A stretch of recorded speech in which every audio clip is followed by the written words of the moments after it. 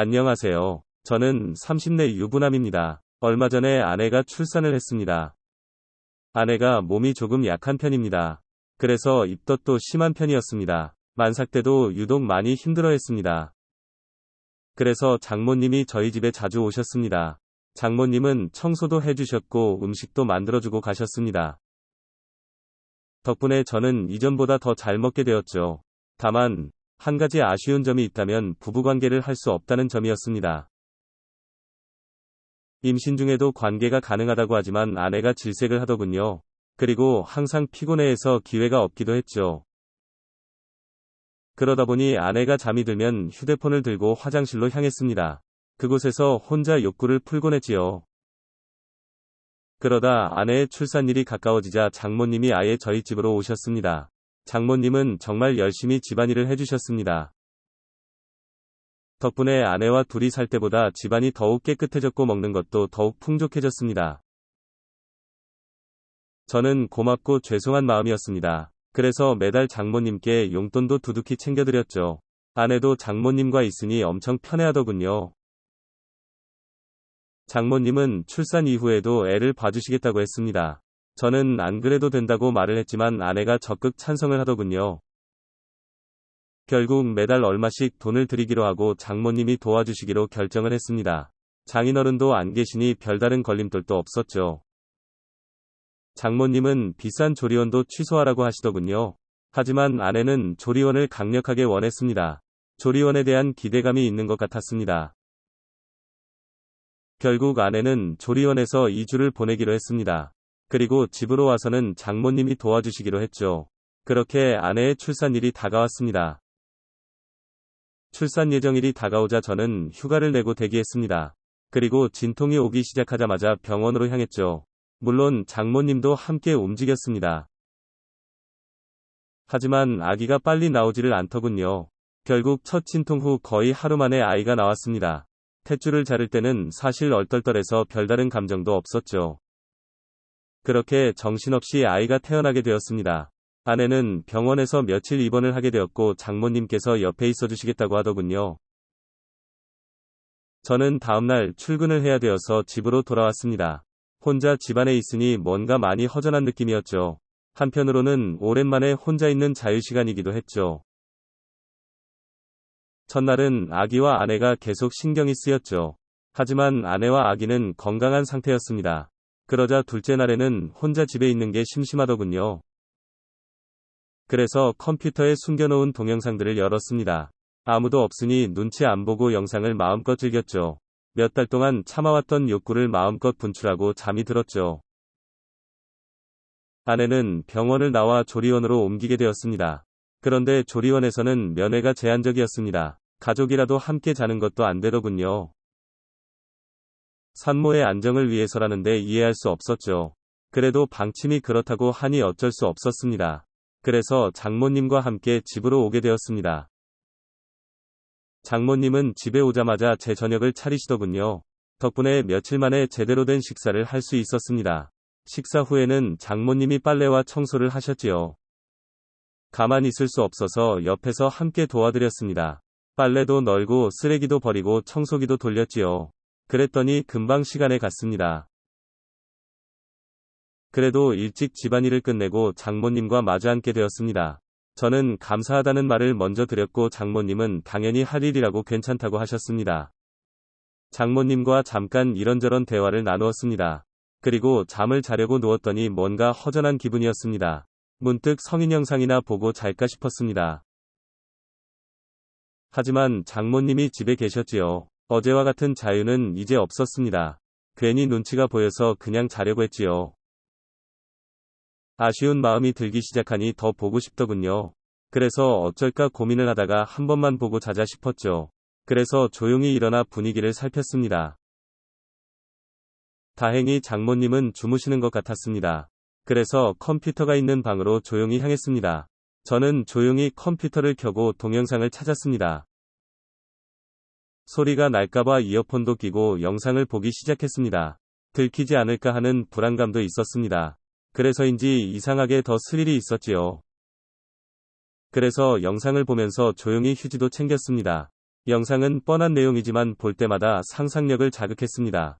몰래 봐서 그런지 그날따라 더욱 집중해서 영상을 보게 되었죠. 조용히 영상에 집중을 하면서 티슈를 챙겼죠. 그런데 클라이막스에 이르렀을 때 인기척이 느껴졌습니다. 장모님이 문을 조용히 열어보신 것이었죠. 그때 마침 저는 마지막 과정을 하는 중이었습니다. 그리고 그 모습을 그대로 장모님께 보여버렸죠. 장모님도 그 모습을 보시고는 순간 비명을 지르셨습니다. 저는 황급히 바지를 올리며 몸을 숨겼습니다. 하지만 이미 모든 걸 보여버린 이유였죠. 그 순간에는 식은땀이 흐르더군요. 설마 장모님이 다시 일어나실 줄은 몰랐죠. 문을 잠그지 않은 것도 후회가 되었습니다. 앞으로 장모님을 어떻게 봐야 하나 싶었죠. 다음날 아침에 일찍 일어나 몰래 출근을 할 생각이었습니다. 그런데 장모님이 이미 일어나 계시더군요. 그리고 제게 잠깐 기다리라시며 식사를 차려주셨습니다. 장모님도 제 눈을 똑바로 못 보시더군요. 정신없이 후다닥 밥을 먹고는 출근을 했습니다. 정말 머릿속이 하얗게 변하더군요. 하지만 장모님을 피할 수는 없었죠. 퇴근하고 조리원에서 아이와 아내를 보았습니다.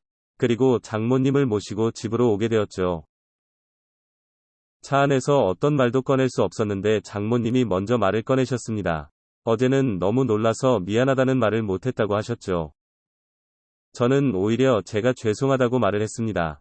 그러자 장모님은 남자가 그럴 수도 있다고 하셨죠. 그러면서 아내와 자주 관계를 하는지 물으시더군요. 저는 솔직히 아내가 저를 거부한 지 제법 되었다고 했습니다. 장모님은 여자가 임신하면 그게 싫을 수 있다며 이해를 좀 해주라고 하셨습니다.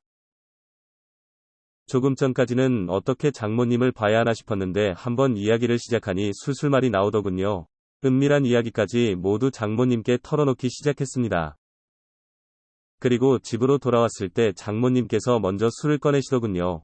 한잔하면서 이야기를 하자고 하셨죠. 장모님은 저의 욕구불만을 이해해 주셨습니다. 그래도 바람을 피지는 말라고 하시더군요. 아내도 몸을 회복하면 관계를 거부하지 않을 거라고 하셨죠. 혹시나 계속 관계를 거부하면 어쩌냐고 말씀드렸더니 요즘은 상담센터도 잘 되어 있으니 상담도 받아보라고 하셨습니다. 리스가 된 부부들이 상담을 많이 받는다고 하시더군요. 참기 힘들면 지금처럼 영상 보면서 풀라고 하시더군요. 원하면 잠깐 자리를 비워주시겠다고도 하셨습니다. 하지만 저는 괜찮다고 말씀드리고는 술을 마셨습니다. 허락을 받았다고 해서 장모님이 있는데 쉽게 할 수 있는 일은 아니었으니까요. 오히려 장모님이 알고 있다 생각하니 더 부끄럽더군요. 담담하게 상담을 받듯 대화를 나누었지만 사실 속으로는 엄청 쑥스러웠습니다. 그리고 어제 봤던 영상들이 자꾸 떠올랐죠. 자연스럽게 장모님과 영상에서 봤던 배우가 겹쳐졌죠. 장모님도 혼자가 되시고 오래 직장 생활을 하신 분입니다. 나이에 비해 관리를 잘 하신 분이었죠. 그래도 영상과 현실은 달랐습니다. 그저 제 마음을 이해해 주신 것만으로도 감사했습니다. 어제의 난감함을 잊고 기분 좋게 술을 마셨습니다. 장모님도 이야기를 꺼내기까지 긴장을 많이 하셨더군요. 어제의 일은 장모님 본인의 실수라고 생각하셨지요. 그래서 이야기를 꺼내기 위해 술까지 꺼낸 것이었죠. 다행히 이야기가 잘 풀리면서 긴장이 풀어졌습니다. 술을 제법 많이 마셨는지 취기가 많이 돌았습니다. 장모님도 자리에서 몸을 제대로 가누지 못하고 있었죠. 술을 오랜만에 마셔서 그런지 조절을 못하신 것이죠. 장모님이 비틀거리며 몇 번이나 쓰러질 뻔 하셨습니다. 저는 장모님을 화장실까지 부축해드렸습니다. 하지만 화장실에서도 몸을 못 가누시더군요. 하위를 제대로 내리지 못한 상태로 변기에 앉으셨죠. 하지만 그대로 다시 옆으로 고꾸라지시더군요. 저는 장모님을 부축해서 변기에 앉혀드리고 옷도 제대로 내려드렸습니다. 민망한 모습을 모두 눈으로 보게 되었죠. 하지만 장모님은 이미 정신이 없으신지 그대로 소변을 보셨습니다. 덕분에 제 손과 옷이 소변에 젖어버렸죠. 장모님도 이미 옷이 다 젖어버렸지요. 그렇다고 혼자 수습을 하실 상황도 아니었지요. 어쩔 수 없이 젖은 옷을 갈아입혀 드려야 했죠. 수건으로 대충 닦아드리고 방으로 모시고 갔습니다. 그리고 방에 눕혀드리고 옷도 갈아입혀 드렸습니다. 장모님은 거의 기절하듯 잠이 드셨습니다. 한바탕 땀을 빼서 그런지 저도 그대로 쓰러져 버렸죠. 잠깐 쉰다는 게 그대로 기절하듯 잠이 들어버려죠. 그리고 아침에 갑자기 정신이 번쩍 드는 기분이었습니다. 순간 등골이 서늘해지는 기분이었습니다. 제 몸에서 누군가의 체온이 느껴지고 있었습니다. 슬쩍 눈을 떠보니 장모님이었습니다. 제가 옷을 벗어던진 상태로 자고 있더군요. 그리고 장모님도 아래 속옷만 입고 주무시고 있었죠. 그 상태로 장모님과 엉켜서 잠을 자고 있었던 것입니다. 밤에 무슨 일이 있었는지 기억이 나지 않았습니다. 분명 옷을 갈아입히고 재워드린 것은 기억이 나는데 그 이후가 기억이 없었습니다. 왜 장모님과 껴안고 자고 있는지도 생각이 안 났습니다. 그때 장모님도 제 기척에 눈을 뜨시고 있었습니다. 우리는 서로 엄청 크게 놀랐습니다. 하지만 장모님은 저보다 더 기억이 없으셨습니다. 불안하신 표정으로 혹시 무슨 일이 있었는지 물으시더군요. 저는 아무 일도 없었던 것 같다고만 말씀드렸습니다. 장모님은 조용히 당신의 몸도 확인을 하시는 것 같았습니다. 하지만 사실은 저도 확신이 없었습니다. 제가 왜 옷을 벗고 잠이 들었는지 이해가 되지 않았죠. 잠시 후 장모님도 옷을 갈아입으시고는 나오셨습니다. 그리고 장모님은 화장실에서 샤워를 하시고 뒷정리도 하시는 것 같았습니다. 저도 안방 화장실에서 샤워를 했습니다. 손에서는 여전히 소변 냄새가 나는 것 같았습니다. 서둘러 샤워를 하고 옷을 갈아입었습니다. 장모님은 어제 술을 마시고 실수한 것 같다고만 하셨습니다. 화장실에서 어제의 흔적을 보신 것 같았습니다. 우리 둘 다 술이 너무 취했었다고 결론을 내렸습니다. 어제의 일에 대해서는 서로 그렇게 정리를 했지요. 하지만 여전히 미묘한 어색함은 남아 있습니다. 그리고 다음날 밤에 몰래 동영상을 열어보았습니다. 장모님이 집에 계신데도 컴퓨터방에서 영상을 보았죠. 장모님이 주무시는지는 알 수 없었습니다. 왠지 문을 잠그고 싶지도 않더군요. 그리고는 장모님 관련 동영상만 뒤져보기 시작했습니다. 그날 보았던 장모님의 모습이 자꾸 떠오르더군요. 그날 밤에 무슨 일이 있었는지 상상하게 되었죠. 미쳤다고 생각하면서도 자꾸만 상상을 하게 됩니다.